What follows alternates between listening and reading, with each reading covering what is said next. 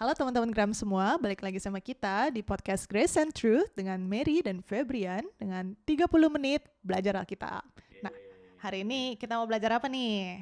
Kan kemarin kita udah belajar banyak ya dari perjanjian lama tuh, dari penciptaan, lalu kita tahu kalau outline Alkitab itu atau perjanjian lama atau kejadian itu adalah perseteruan antara benih si ular dan benih wanita. Dan sampai Wahyu juga tuh kan perseteruan antara benih ular dan benih wanita. Lalu kita juga belajar Kain dan Habel, lalu sampai Nuh kan, dimana kita tahu benih perempuan itu akan memberikan pembebasan atau peristirahatan dari kutukan dosa. Mantap. Mantap. Kalau misalnya kalian ketinggalan itu, boleh lihat lagi di podcast sebelumnya di Liling. Ya, sebelum kita mulai, kita lihat dulu ya dari ayat yang kita mau belajar mengenai perjanjian lama.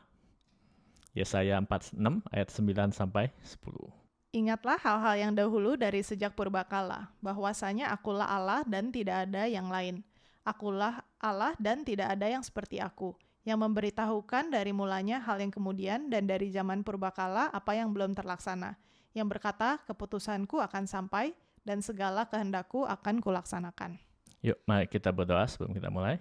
Bapa kami dalam surga, kami mengucap syukur untuk kebaikan-Mu.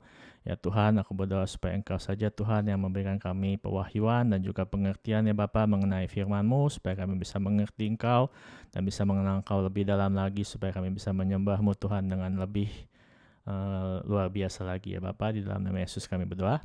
Amin. Ya, jadi di sini kita bisa lihat kalau Allah itu adalah Allah yang di luar waktu, yang dimana Dia memberitahukan akhir dari awal, gitu kan. Dan kita tahu pelajaran-pelajaran dari perjanjian lama itu akan mewahyukan apa yang Allah mau lakukan gitu di zaman yang sekarang, di zaman perjanjian baru juga gitu. Kemarin kita sudah belajar tuh sampai anak-anaknya Nuh kan ya.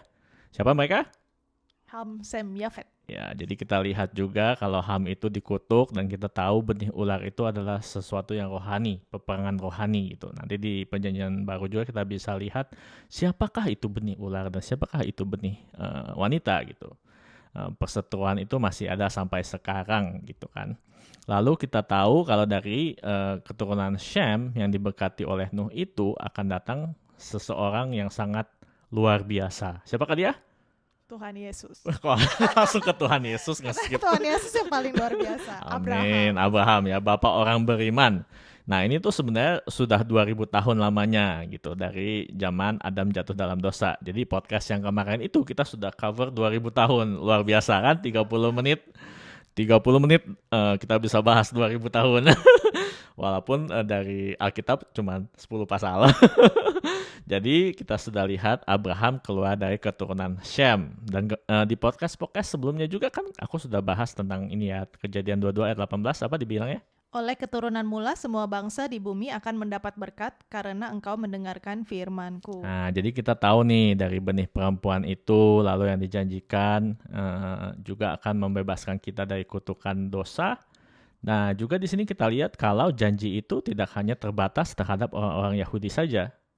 Tapi kita sebagai orang-orang yang non-Yahudi juga akan dapat berkenalan akan Tuhan dan akan mendapatkan peristirahatan dari kutukan dosa. Mengapa? Karena janji Allah di Kejadian 22 ayat 18 ini. Melalui benihnya Abraham, semua bangsa akan diberkati. Berkat ini bukan berkat materi, tapi berkat pengenalan akan Allah dan pembebasan akan dosa, akan kutukan dosa gitu. Jadi di podcast yang pertama aku udah banyak ya membahas mengenai tipologi Abraham atau pengorbanan Ishak.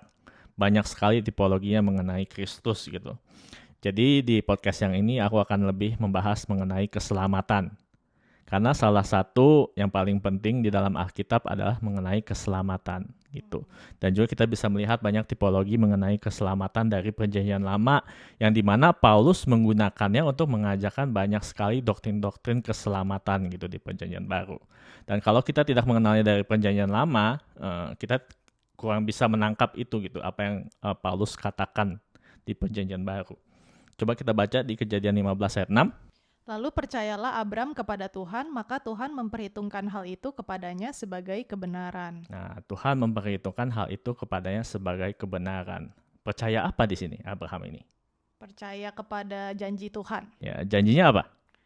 bahwa dia akan menjadi bapa segala bangsa. Iya, jadi di sini kan ini sebenarnya baru awal mula nih dari perjalanan Abram. Makanya namanya juga belum diubah. Namanya masih Abram. Dan di sini di mana di Abram itu mempertanyakan, oh bagaimana ini aku nih nggak punya anak. Siapa yang akan mewariskan semuanya? Siapa yang akan mendapat semua warisan ini gitu kan? Karena cuma ada Eliezer. Makanya dia bilang kayak, oh aku ini nggak punya anak. Tapi Tuhan menjanjikan kepada Abraham seorang anak. Nah, di situ juga ayat yang menjadi ayat kunci dari doktrin yang dituliskan Paulus di suratnya yang di Roma. Kalau kalian membaca dari Roma 4 ayat 20 sampai 25. Tetapi terhadap janji Allah ia tidak bimbang. Nah, ianya siapa di sini? Abraham. Ya, jadi Paulus mereferensikan Abraham. Lalu Karena ketidakpercayaan, malah ia diperkuat dalam imannya dan ia memuliakan Allah dengan penuh keyakinan bahwa Allah berkuasa untuk melaksanakan apa yang telah ia janjikan. Karena itu hal ini diperhitungkan kepadanya sebagai kebenaran. Nah, di sini Paulus mengquote kejadian 15 itu, di mana karena hal ini diperhitungkan kepadanya sebagai kebenaran. Lalu kata-kata ini yaitu hal ini diperhitungkan kepadanya tidak ditulis untuk Abraham saja, tetapi ditulis juga untuk kita. Sebab kepada kita pun Allah memperhitungkannya, karena kita percaya kepada Dia yang telah membangkitkan Yesus, Tuhan kita dari antara orang mati, yaitu Yesus yang telah diserahkan karena pelanggaran kita dan dibangkitkan karena pembenaran kita. Nah, di sini sangat menarik ya. Soalnya kan kemarin juga kita membahas Nuh kan, yang aku bilang kalau orang-orang di perjanjian lama, bahkan Nuh juga dilihat sebagai orang benar. Kenapa? Bukan karena perbuatan baiknya, tetapi karena imannya. Karena di 10 silsilah itu mereka, aku percaya, menantikan janji Allah. Karena Nuh itu namanya artinya peristirahatan dari kutukan dosa gitu. Jadi aku percaya mereka ini terus menanti-nantikan gitu. Jadi semua orang, perjanjian lama dan perjanjian baru, itu semuanya dibenarkan oleh karena iman. Nah, di sini yang namanya salvation by faith alone gitu. Jadi semua kita bisa dibenarkan oleh karena iman. Nah, pertanyaannya iman yang seperti apa nih? Iman yang seperti apa? Iman kepada Yesus Kristus. Iman kepada Yesus Kristus. Kalau di perjanjian baru kita mendapatkan gambaran yang penuh ya. Ya kan? Kalau di perjanjian lama mereka tuh tidak mendapatkan gambaran yang penuh. Karena Yesusnya belum datang. Karena Yesusnya belum datang dan janji-janji Allah juga belum keluar banyak gitu kan. Kalau kita sekarang sudah melihat banyak janji-janji Allah yang telah digenapi ataupun yang belum digenapi gitu kan. Jadi menurut aku iman yang seperti apa yang menyelamatkan Abraham itu bukanlah kesempurnaan loh. Karena kita tahu dalam perjalanan Abraham dia melakukan banyak kesalahan. Dia bohong, dia punya istri Hagar, punya anak yang bukan dijanjikan Tuhan, gitu kan. Tapi dia memiliki iman, dia menjalankan hidupnya percaya kalau Allah mampu melaksanakan apa yang dia janjikan. Nah, menurut aku itulah iman yang menyelamatkan. Kita percaya kalau Allah itu mampu melaksanakan apa yang dia janjikan. Nah, hidup kita ini pasti berbeda kalau kita menghidupi hidup percaya kalau Tuhan itu mampu melaksanakan apa yang dia janjikan. Contohnya, kalau kita tahu Tuhan itu akan datang dan akan membawa kita ke surga misalnya, gitu kan. Hidup kita tuh pasti berbeda loh. Ya nggak sih? Jadi fokus kita tuh nggak akan mengenai dunia ini, tetapi mengenai surga. Bagaimana cara kita bisa menyenangkan hati Tuhan di muka bumi ini. Pasti berbeda lah hidup itu gitu. Jadi menurut aku iman seperti itulah yang menyelamatkan gitu. Bisa dilihat dari juga kehidupan kita. Tapi bukan tentang kesempurnaan. Gitu. Jadi semua dibenarkan oleh karena iman. Amin. Ada yang mau kamu tambahin? Enggak, itu dulu. Oke, dari Abraham kita tahu kan anak yang dijanjikan itu siapa? Ayo.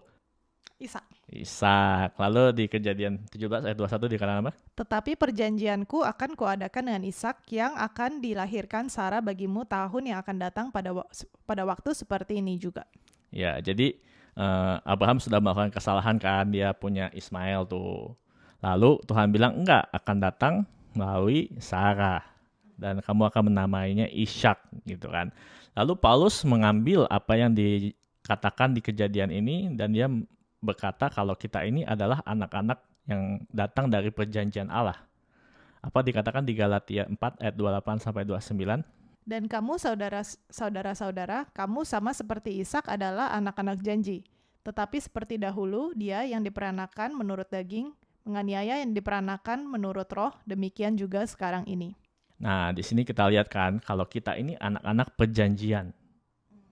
Aku lebih suka bahasa Inggrisnya covenant. Perjanjian, covenant. Jadi kita ini, kalau kalian tahu bahasanya kayak lahir baru, kita ini lahir oleh roh itu karena perjanjian Allah yang sudah ada di perjanjian lama dan di perjanjian baru gitu. Dan melalui Kristus, kita ini bisa lahir oleh roh. Nah, kalau di sini kita lihat kan, ada orang-orang yang diperanakan menurut daging. Dan kita semua diperanakan dari daging. Betul bukan? Tidak ada yang tiba-tiba keluar langsung lahir baru gitu kan. Tapi semua kita diperanakan oleh daging. Dan tapi ada juga anak-anak yang diperanakan menurut roh. Dan itu adalah lahir baru. Dan Paulus berkata, orang-orang yang diperanakan menurut daging akan menganiaya orang-orang yang diperanakan menurut roh. Apakah kita bisa lihat di sini perseteruan antara benih perempuan dan benih ular? Jadi siapa benih ular? Syita. Kok Syitan lagi? Iya, dan mereka ini adalah orang-orang yang diperanakan menurut daging gitu. Jadi benih perempuan ini adalah kita yang diperanakan oleh roh. Kita yang sudah lahir baru yang diperanakan oleh roh itu adalah benih perempuan karena kita ini adalah tubuh Kristus gitu. Melalui Kristus kita mendapatkan perjanjian dan dilahirkan menurut janji Allah dan kita diperanakan oleh roh yaitu benih perempuan tersebut gitu. Jadi sampai sekarang perseteruan ini masih ada saudara-saudara. Jadi kalau kalian dianiaya oleh mereka yang datang dari daging ya biasa aja gitu ya. Karena di Galatia ini sendiri si Paulus ini menulis karena orang-orang yang bilang oh kamu harus mengikuti hukum Musa itu menganiaya orang-orang yang sudah percaya by faith alone dengan iman saja gitu kan. Kamu ada yang mau tambahin? Atau kamu mau tambahin Syitan?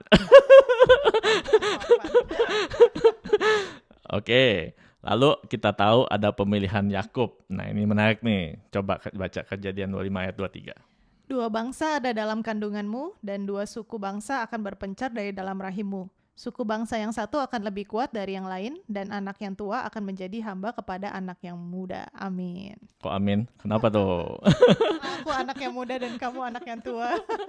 Parah emang. Tapi ini memang benar ya kenyataannya seperti itu. Kalau saya adalah hamba ibu ini. Bercanda saudara-saudara. Apa tadi? Anak yang tua ini siapa ayo? Anak yang tua Esau. Esau. Anak yang muda? Yakub. Nah ini kapan dikatakan? Sebelum mereka lahir. Sebelum mereka lahir, sebelum mereka berbuat baik atau berbuat jahat. Sebelum Esau menjual hak kesulungannya, sebelum Yakub menipu bapaknya dan mencuri hak berkat-berkat dari Esau gitu kan. Jadi semuanya terjadi sebelum semuanya itu. Dan ini adalah awal mula di mana Paulus memberikan doktrin tentang election, pemilihan, predestination dan pemilihan. Coba baca di Roma 9 ayat 10 sampai 12. Tetapi bukan hanya itu saja, lebih terang lagi ialah Ribka yang mengandung dari satu orang, yaitu dari Ishak, bapa leluhur kita. Sebab waktu anak-anak itu belum dilahirkan dan belum melakukan yang baik atau yang jahat, supaya rencana Allah tentang pemilihannya diteguhkan bukan berdasarkan perbuatan, tetapi berdasarkan panggilannya. Dikatakan kepada Ribka, anak yang tua akan menjadi hamba anak yang muda. Amin. Nah, ini kan sebenarnya sebuah doktrin yang sangat sulit untuk dicerna. Doctrine of election ini sangat sulit untuk dicerna. Bukan karena perbuatan baik kita, bukan karena kita memilih Tuhan, tapi karena panggilannya dan pilihannya. Kita ini dipilih oleh Tuhan, oleh Allah. Sebelum dunia dijadikan, sebelum kita even being born, sebelum kita even dilahirkan, dan kita berbuat baik atau berbuat jahat, bahkan sebelum kita memilih Kristus. While we were yet still sinners, Christ died for us. Menurut kamu gimana nih doktrin ini? Ini sangat sulit soalnya. Sangat sulit dimengerti, tapi itu yang Alkitab katakan sih. Dan lumayan, ya kita udah lihat ini dari perjanjian baru dan juga di perjanjian lama gitu kan. Dan Tuhan kan gak pernah berubah dari dulu sekarang dan sama-lamanya ya. Jadi emang Tuhan ya ini. Iya. Nah, masalahnya kan di sini kan pertanyaannya kan apakah Tuhan menetapkan lalu hal-hal tersebut terjadi antara Esau dan Yakub?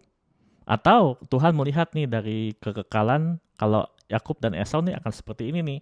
Lalu dia menetapkan Yakub. Yang mana yo? Mau diulangin nggak? Dua-duanya. Nih pertanyaannya kan apakah Tuhan menetapkan Yakub untuk lebih besar daripada Esau? Lalu terjadilah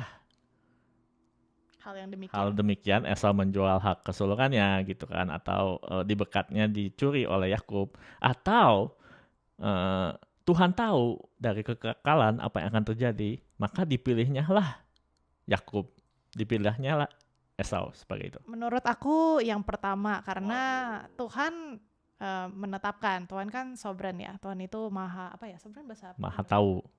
Maha tahu dan dia yang emang menetapkan segala sesuatunya. Jadi menurut aku nomor satu. Tapi apakah Yakub dan Esau itu bertanggung jawab atas apa yang dia lakukan lah, misalnya dia ada dosa atau apa, mereka tetap bertanggung jawab. Ya, sebenarnya ini itu adalah sesuatu yang sangat sulit ya untuk kita cerna dan untuk kita mengerti. Kayak kalau misalnya Tuhan yang memilih, kok manusia yang bertanggung jawab gitu kan. Tapi menurut aku doktrin ini adalah salah satu yang bisa kita buat untuk mengevaluasi hati kita. Kenapa ayo? Gimana tuh? Ya kalau misalnya menurut aku nih ya, kalau orang mendengar doktrin ini yang sudah lahir baru, mereka akan lebih rendah hati dan akan lebih menyembah Allah dengan lebih lagi.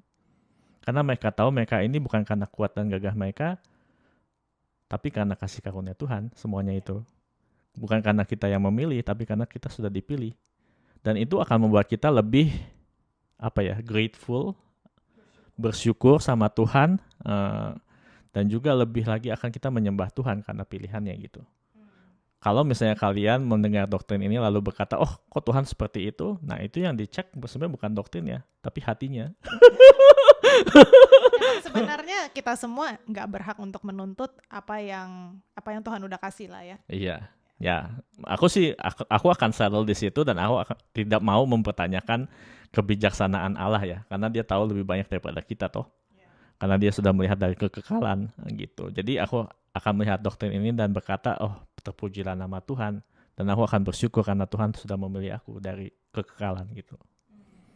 Amin. Aku juga pernah dengar sih ada siapa gitu yang bilang ya, katanya orang Kristen adalah satu-satunya orang yang bisa berada di surga tetapi nggak sombong.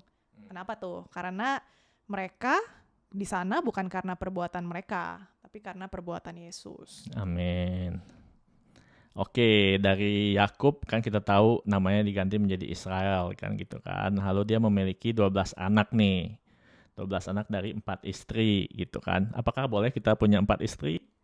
Tidak. Tidak boleh, saudara-saudara. Oke, coba kita sebutkan namanya. Di Kejadian 35 ayat 23 sampai 26 ada tuh 12 anak Israel. Ruben, Simeon, Lewi, Yehuda, Isakar, Zebulon, Yusuf, Benyamin, dan Naftali, Gad, Asher. Oke, siapa yang paling kamu kenal di sini?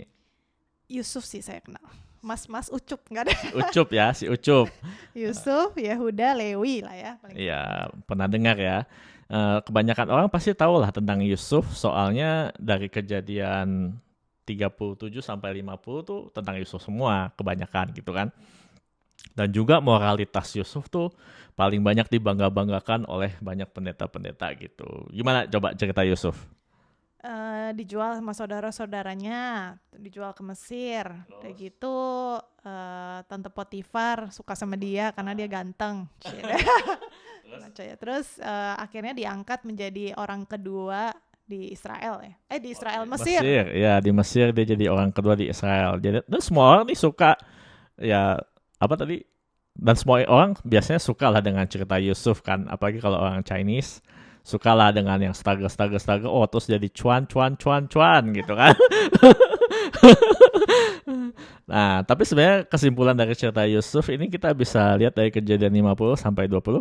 Memang kamu telah mereka-rekakan yang jahat terhadap aku, tetapi Allah telah mereka-rekakannya untuk kebaikan, dengan maksud melakukan seperti yang terjadi sekarang ini, yakni memelihara hidup suatu bangsa yang besar.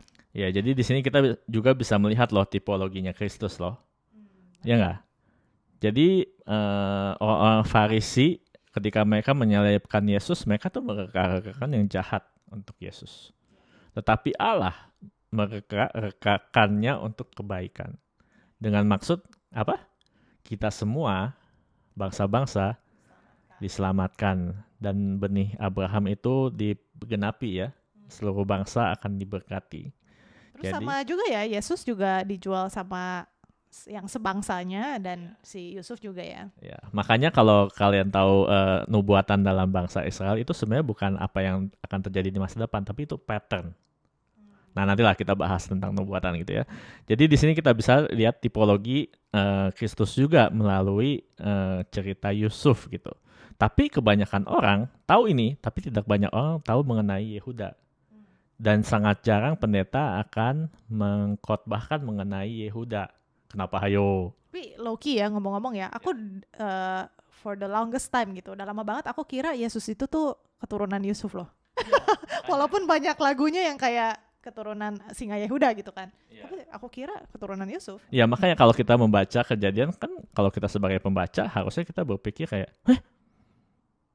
masa Mesias dari Yehuda? Dari Yusuf dong. Ini Yusuf luar biasa loh. Apa namanya? Kalau boleh dibilang ketaatannya sempurna banget gitu kan. Walaupun dihianati, dijual, tapi tetap percaya kepada Tuhan, bisa mengampuni saudara-saudaranya. Waduh, ini kurang apa Yusuf ini? Ya kan? Tapi Tuhan dalam sovereignty-nya kita tahu apa namanya memilih suku Yehuda. Yehuda dipilih untuk melahirkan Mesias. Kan kemarin aku udah bahas nih Kejadian 49 ayat 10. Tongkat kerajaan tidak akan beranjak dari Yehuda ataupun lambang pemerintahan dari antara kakinya, sampai dia datang yang berhak atasnya, maka kepadanya akan takluk bangsa-bangsa. Nah, di sini kan si Yakub ketika dia mau meninggal, dia memberikan kan nubuatan-nubuatan. Dikatakan tongkat kerajaan itu akan datang dari Yehuda. Nah, ini kan ditulis Musa. Musa tuh nggak tahu Daud. Tapi Tuhan sudah merencanakan akan ada raja pada bangsa Israel dari suku Yehuda. Ini sangat luar biasa menurut aku ya, kalau kita tahu itu. Dan kita tahu kalau Tuhan itu di luar waktu dan dia tahu apa yang akan terjadi. Dan Daud itu sudah dipilih jauh dari yang kita tahu di sini. Yakub itu sudah menubuatkan akan datangnya Daud gitu. Tapi yang kayak kita tahu kan ada juga kan sebelum Daud siapa yo? Saul. Raja Saul.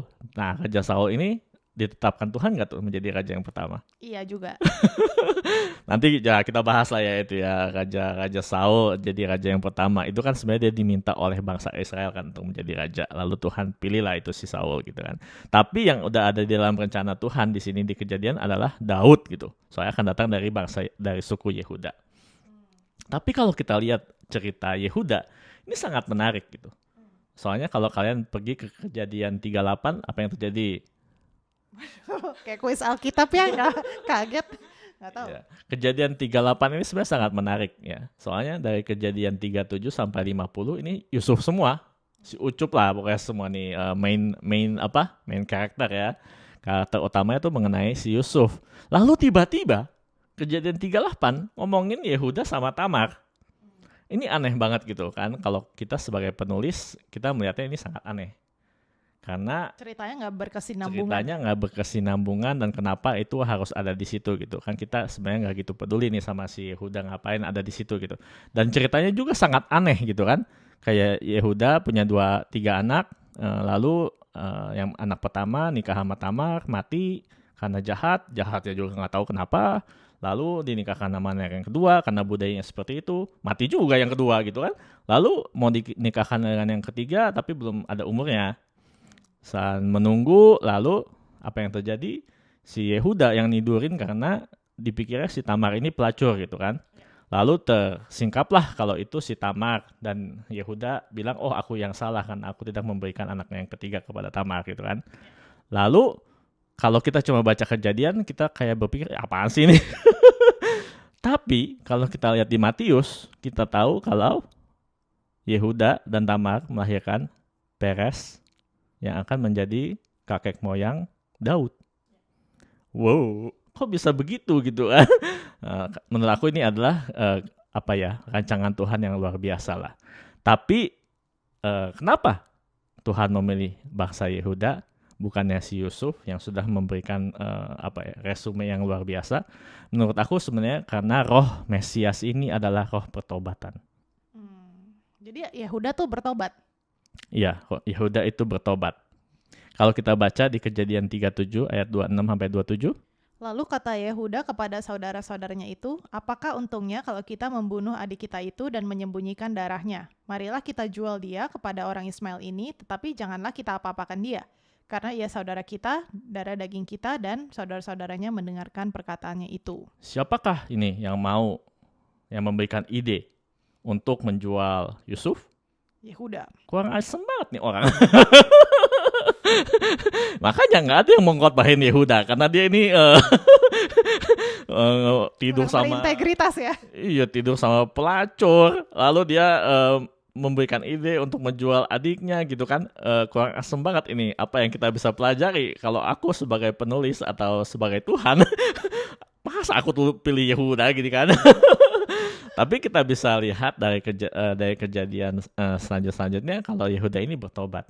Gitu. Apa yang terjadi? Kejadian 44 ayat 33. Oleh sebab itu, baiklah hambamu ini tinggal menjadi budak tuanku, menggantikan anak itu, dan biarlah anak itu pulang bersama-sama dengan saudara-saudaranya. Ini konteksnya apa nih? Nah, yang terjadi tuh kelaparan besar kan di tanah Israel. Lalu dikirimkannya lah 10 anak Yakub kan.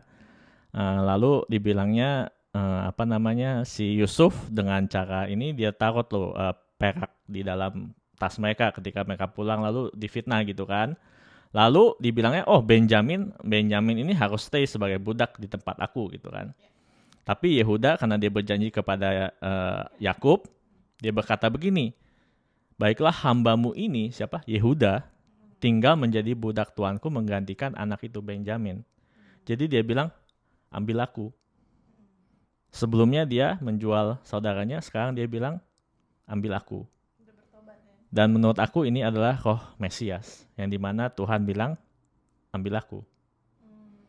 Dia mengambil apa yang harusnya kita tanggung oleh dosa kita gitu. Jadi roh Mesias ini adalah roh pertobatan. Dan menurut aku ini adalah hal yang paling penting buat kita sebagai orang Kristen, roh pertobatan ini. Bukanlah kesempurnaan kita yang menyelamatkan kita, tapi pertobatan kita. Dan buat aku yang paling aku takutin itu bukanlah jatuh dalam dosa atau gimana, karena sebenarnya kalau kita lahir baru, dosa itu tidak menarik lagi gitu. Tapi yang paling aku takutin itu adalah kalau aku suatu saat nanti menjadi sangat angkuh dan tidak bisa melihat kalau aku ini adalah orang yang sangat berdosa gitu. Dan makanya aku sangat bersyukur memiliki istri. Ini adalah persembahan Allah yang sangat luar biasa yang berani untuk menunjukkan dosa. Jadi setiap saat itu menjaga hati lah ya, menjaga hati. Nah, buat kita semua ini juga di sini, kalau kita sebagai orang Kristen, menurut aku ini adalah hal yang sangat penting, itu adalah pertobatan. Daripada kita menjadi orang yang sempurna. Tiap hari kita harus mengecek hati kita dan sikap kita kepada Tuhan. Apakah kita memiliki hati yang dimana kita bisa mengucap syukur, lalu kita bisa melihat kalau Allah itu adalah Allah yang baik dan kita adalah manusia yang berdosa, oleh karena kasih karunia-Nya sajalah kita bisa diselamatkan. Amin. Jadi di situ saja, nanti next podcast kita akan bahas mengenai Musa ya, di tanah Mesir, oke? Mantap. Mantap. Okay, see you. God bless you all.